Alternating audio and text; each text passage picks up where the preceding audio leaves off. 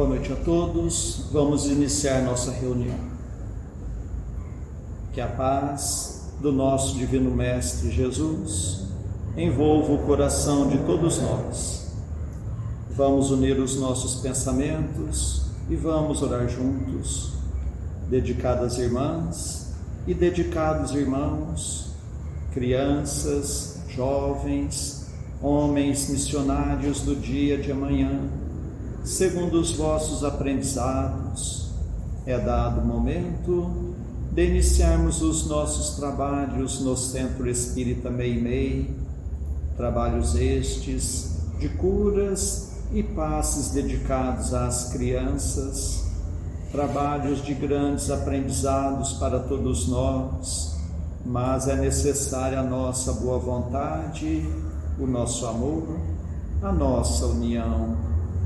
Permita, Senhor, que esta casa se transforme em posto de socorro, amparando a todos os vossos filhos, encarnados e desencarnados que aqui aportarem. Permita, por caridade, que eu, conjuntamente com estes companheiros, possamos ser uns trabalhadores vossos, dedicados irmãos. O momento é de grande responsabilidade, não perante os homens, mas sim perante aquele que tudo sabe, que tudo vê, nosso Pai que está no céu. Permita, Senhor, a presença amiga de vossos mensageiros, particularmente vós, Meimei, patrona e guia desta casa, a grande falange de Agostinho, a falange do amor, acalmando os irmãos sofredores que em nosso meio vieram, porque ainda somos fracos, ó meu Deus, para engendrarmos com irmãos de menos elevação, mas para todos suplicamos as bênçãos e a misericórdia de Deus, e confiantes em vós, Meimei, nós entregamos toda a direção e a santa orientação dos trabalhos da noite de hoje. Assim seja. Capítulo 2, meu reino não é deste mundo. Último parágrafo do item 3. A vida futura. Com o Espiritismo, a vida futura deixa de ser simples artigo de fé, mera hipótese, torna-se uma realidade material que os fatos demonstram, porquanto são testemunhas oculares os que a descrevem nas suas fases todas e em todas as suas peripécias, e de tal sorte que, além de impossibilitarem qualquer dúvida a esse propósito, facultam à mais vulgar inteligência a possibilidade de imaginá-la sob seu verdadeiro aspecto. Como toda a gente imagina um país cuja pormenorizada descrição leia. Ora, a descrição da vida futura é tão circunstanciadamente feita, são tão racionais as condições, ditosas ou infortunadas, da existência dos que lá se encontram, quais eles próprios pintam, que cada um aqui, a seu malgrado, reconhece e declara a si mesmo que não pode ser de outra forma, porquanto assim, sendo, patente fica a verdadeira justiça de Deus. Está aí, dedicados irmãos, a página do Evangelho para as nossas meditações. Para os comentários, nós passamos a palavra ao Fernando Puri. Olá, que a paz de Deus possa ser percebida por todos nós. A maioria de nós sabe de cor, se reconhece o verdadeiro espírita pelos esforços que faz para domar as más inclinações. Se nós aprendemos que é necessário transformação moral e esforço para modificar,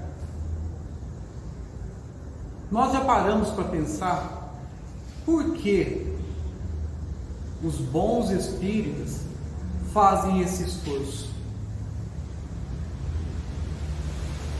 Um dos pontos principais é o conhecimento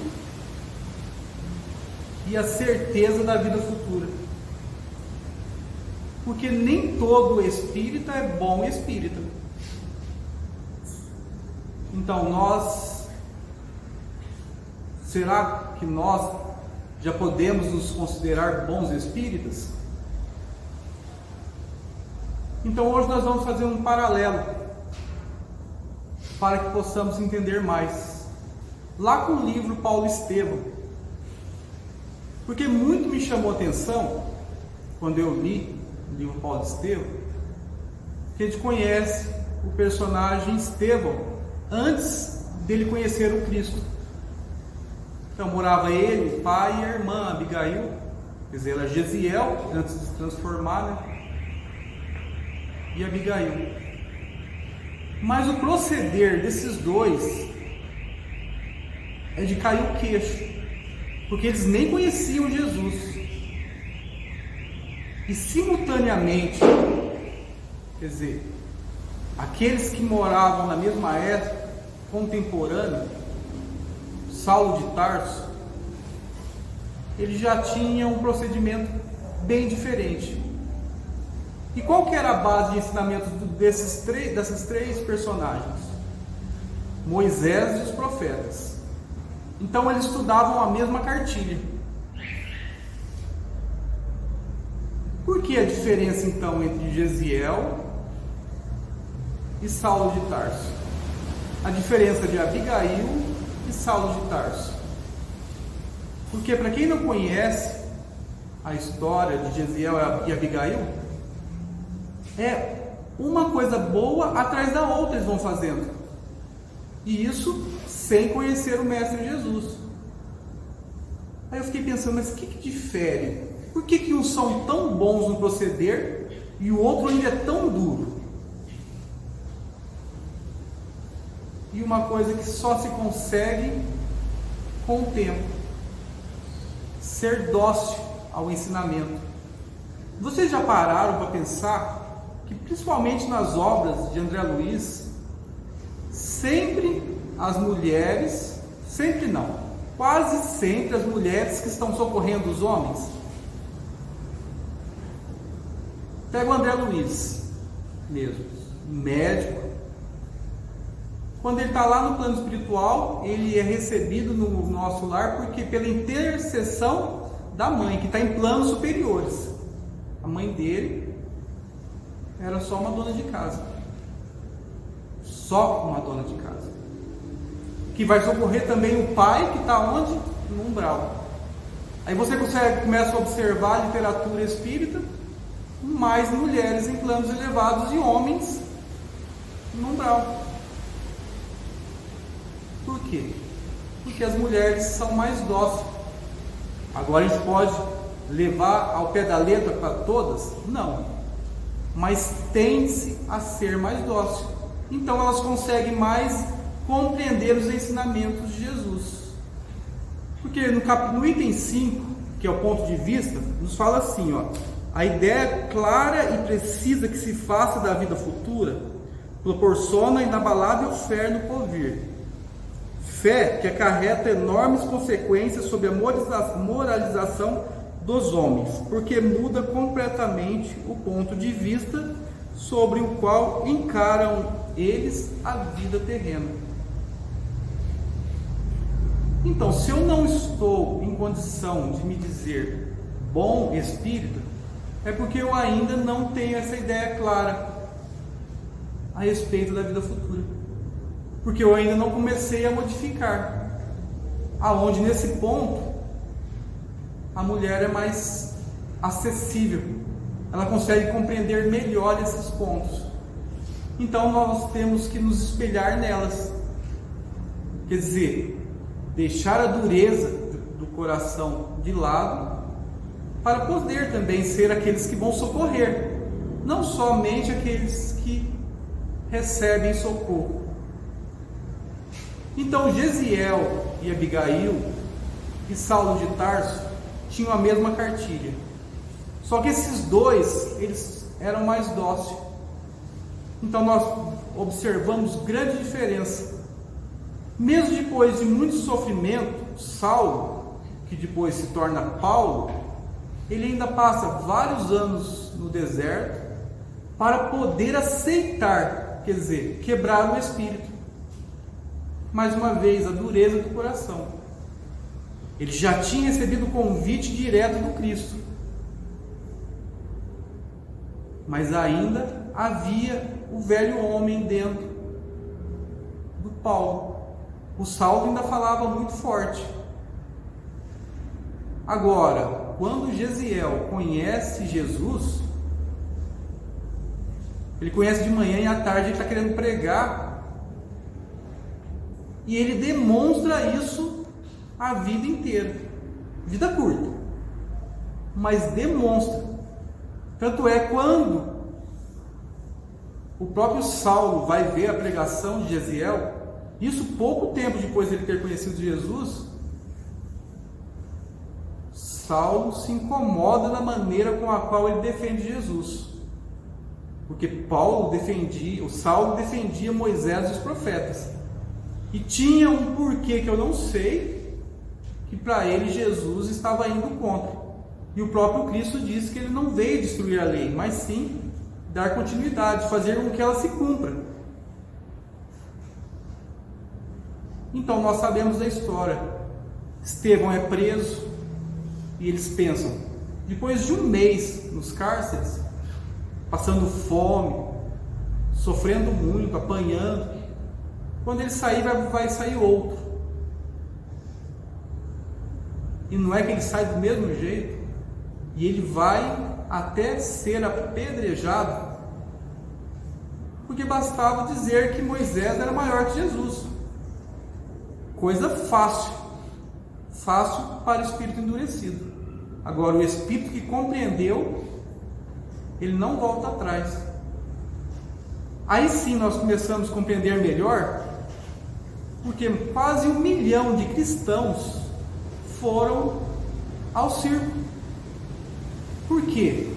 Se hoje, 2000 anos depois, nós temos grande dificuldade de submeter-se à lei, quase 1 milhão, falar, vocês vão morrer na boca do leão, nós vamos, e iam cantando, sorrindo. Por quê? Esse item 5, por essa claridade de visão, por poder ter compreendido a vida futura. Então não é à toa que Kardec coloca bem no início do Evangelho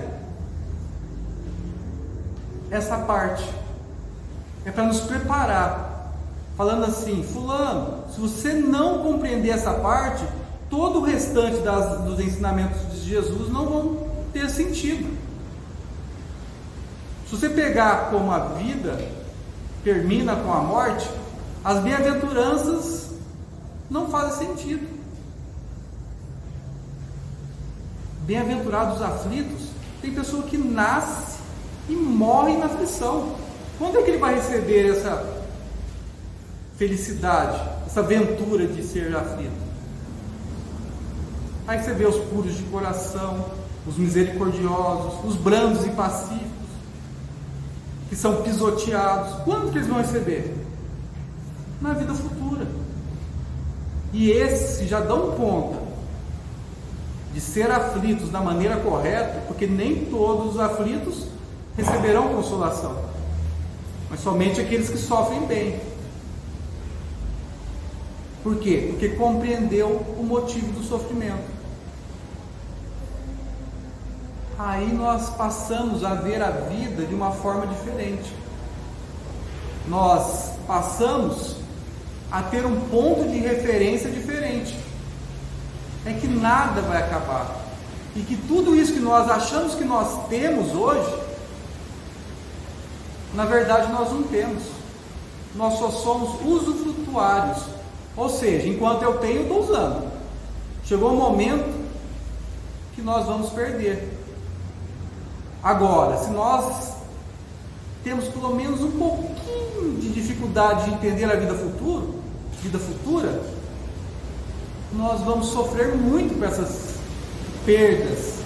Perder o que não é nosso, mas nós achamos que é nosso. Aí quando nós nos separamos dos nossos entes queridos, acabou o mundo. Alguém veio e mexeu na nossa casa, mas não pode. Pode, é só empréstimo. Então nós vamos modificando a maneira de observar. Aí nós vamos ver por que Chico Xavier agia daquela maneira, por que Francisco de Assis, a vida deles era tão difícil, mas para eles era fácil, porque eles já entendiam e sentiam a vida futura. E muitas vezes o que nos falta é isso: compreender e sentir, e colocar em prática no meu dia a dia esse ensinamento, que vai nos favorecer muito e nos fortalecer para poder fazer as modificações que ainda é necessário para que eu possa estar em relação à lei de Deus, fazendo da maneira correta. Então, se eu quero ter uma vida futura de paz, eu tenho que passar a respeitar a lei de Deus hoje. Aí tudo vai se resolver. Fica aí os ensinamentos, sempre baseados na nossa tão abençoada doutrina espírita, e que possam encontrar lugar seguro em nossos corações.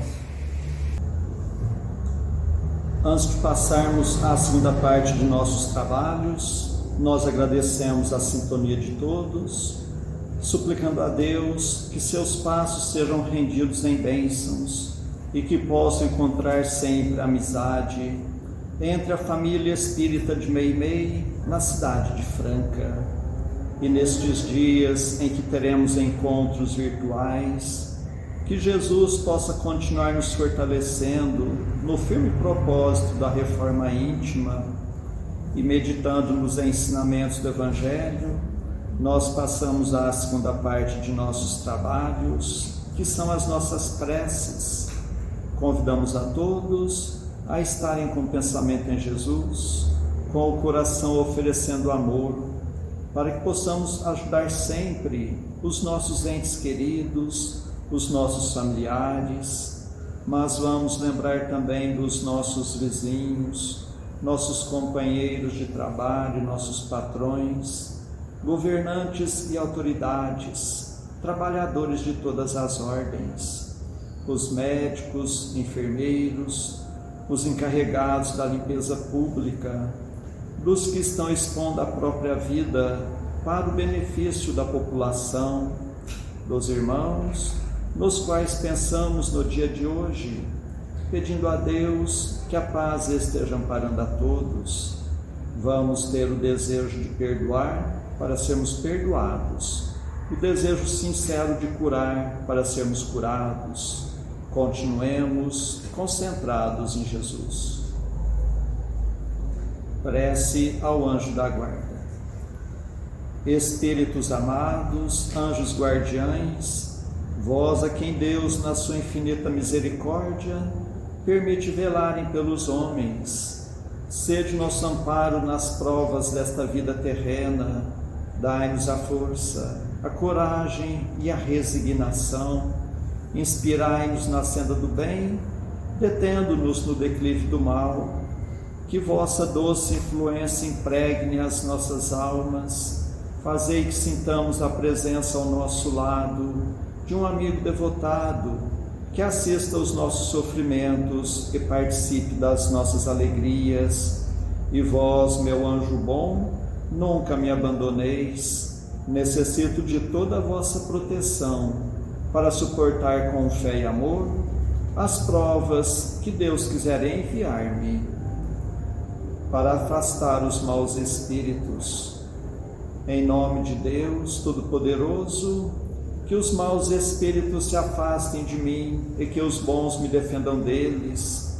Espíritos malfazejos que inspirais maus pensamentos aos homens, espíritos enganadores e mentirosos que os enganais, espíritos zombeteiros que zombais da sua credulidade, eu vos repilo com todas as minhas forças e fecho os meus ouvidos às vossas sugestões, mas peço para vós a misericórdia de Deus. Bons espíritos que me assistis, dai-me a força de resistir à influência dos maus espíritos e as luzes necessárias para não cair nas suas tramas. Preservai-me do orgulho e da presunção, afastai do meu coração o ciúme, o ódio, a malevolência e todos os sentimentos contrários à caridade, que são outras tantas portas abertas aos espíritos maus, pelos inimigos do Espiritismo.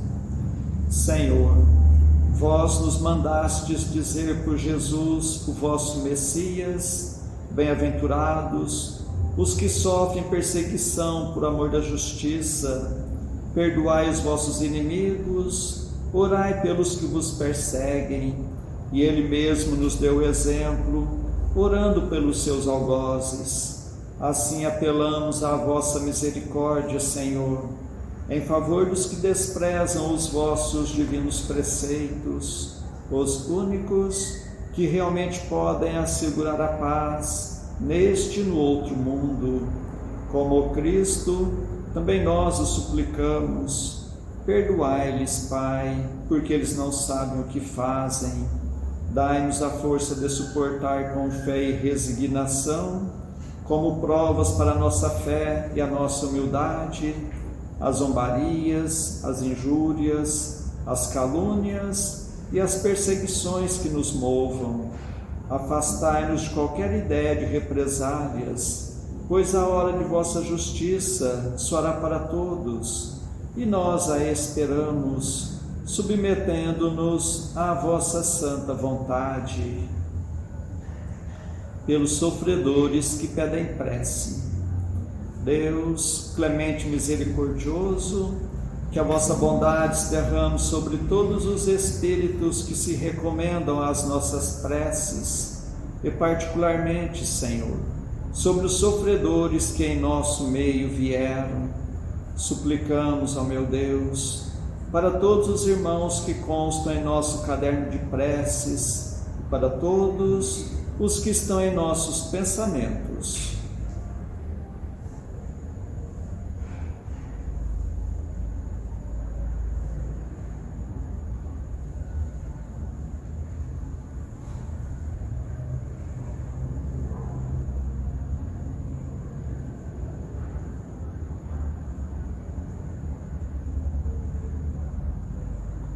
Bons espíritos, que tendes o bem por ocupação única, intercedei comigo a favor deles, fazei brilhar aos seus olhos um clarão de esperança, e que a divina luz os esclareça quanto às imperfeições que os afastam dos bem-aventurados.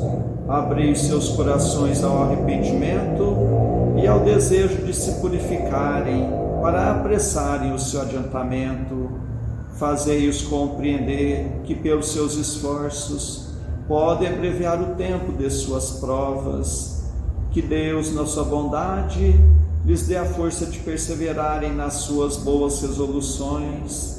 Possam estas palavras amigas suavizar-lhes as penas, mostrando-lhes que há sobre a terra quem deles se compadecem e lhes deseja toda a felicidade. Pai nosso que estais nos céus, santificado seja o vosso nome, Senhor. Venha a nós o vosso reino, seja feita a vossa vontade, assim na terra como nos céus. O pão de cada dia dai-nos hoje, Senhor. Perdoa, Pai, nossas dívidas, assim como nós perdoamos nossos devedores. Mas não nos deixes entregue às tentações, e livra-nos, Pai, de todos os males.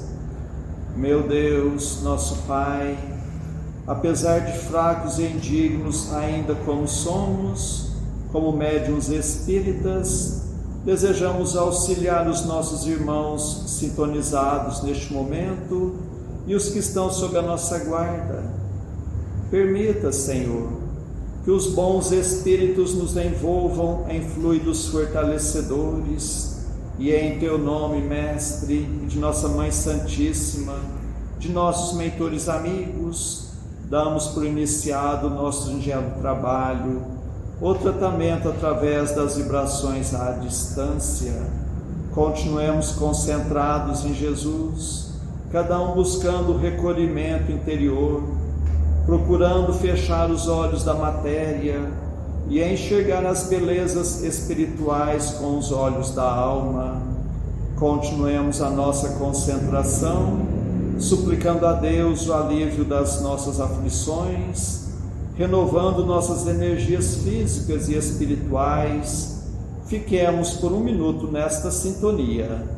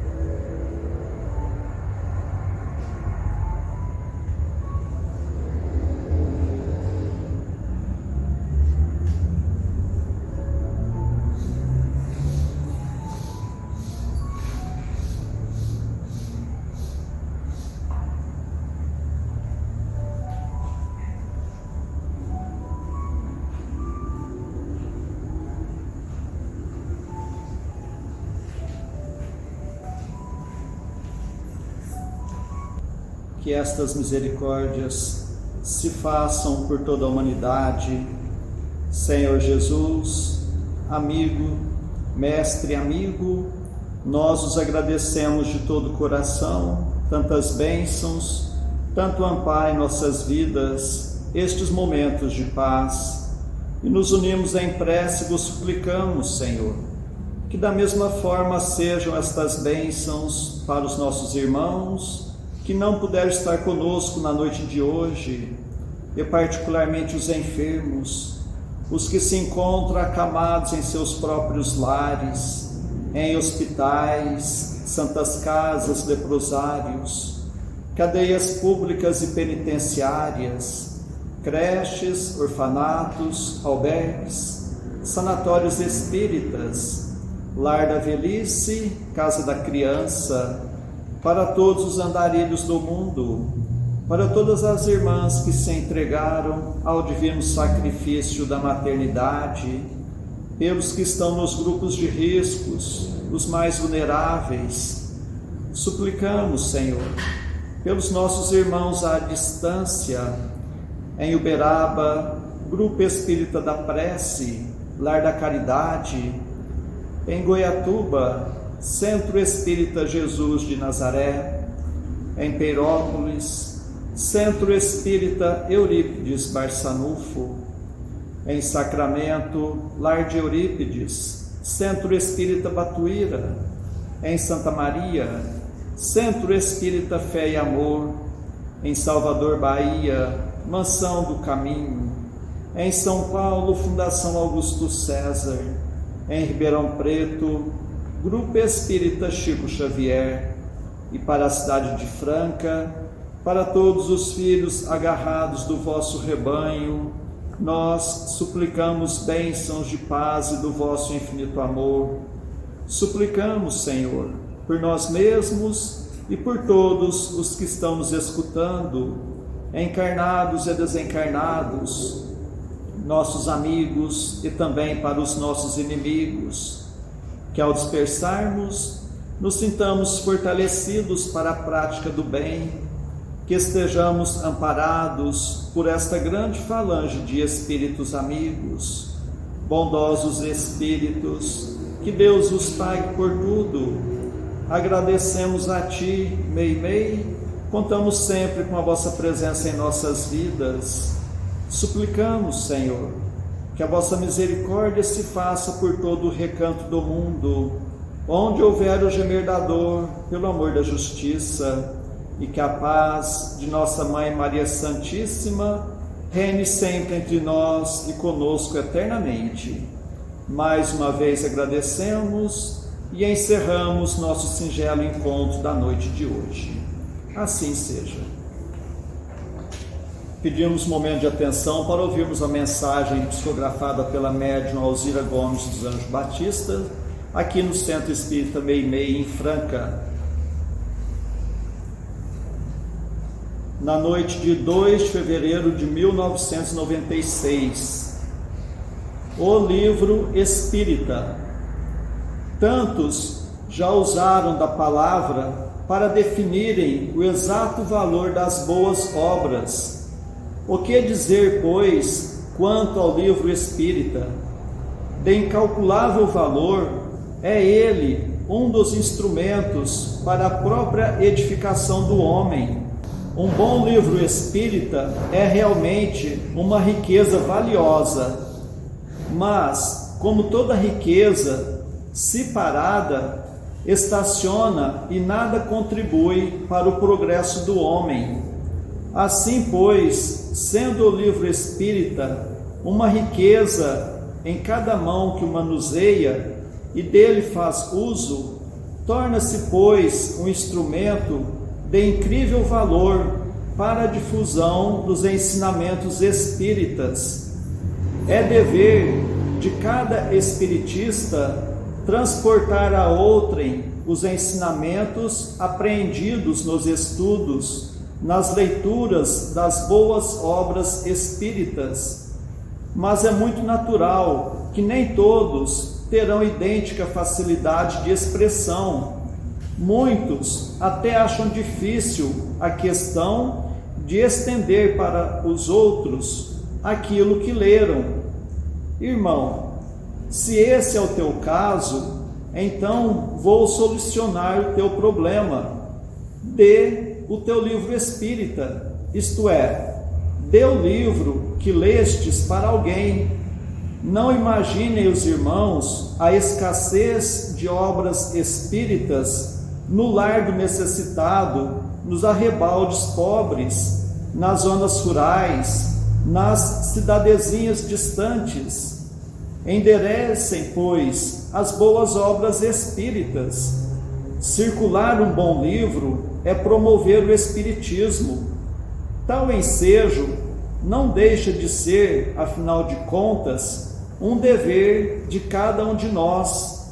Mas não convém que tu passes como uma dádiva para alguém um livro que não tenhas lido.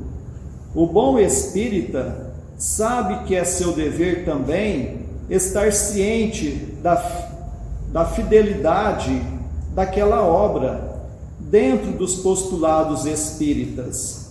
A prudência gera a segurança.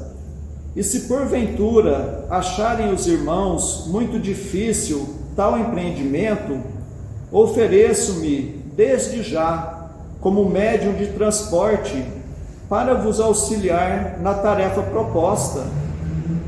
Louvável, muito louvável, o recurso das bibliotecas nos setores espíritas, desde que realmente haja circulação das obras. As leituras espíritas são necessárias no cotidiano do espírita. Se o pão alimenta o corpo, não só de pão viverá o homem, mas a palavra escrita e falada na mensagem consoladora do Espiritismo é alimento imprescindível para todos nós, profitentes do Evangelho da Terceira Revelação. Saúda-vos o amigo Caibar Schutel. Então, se um ano nós temos 12 meses, 53 semanas, 365 dias, cabe a nós analisarmos quantos livros espíritas estamos lendo durante um ano. Que Deus os pague pela atenção que nos deram.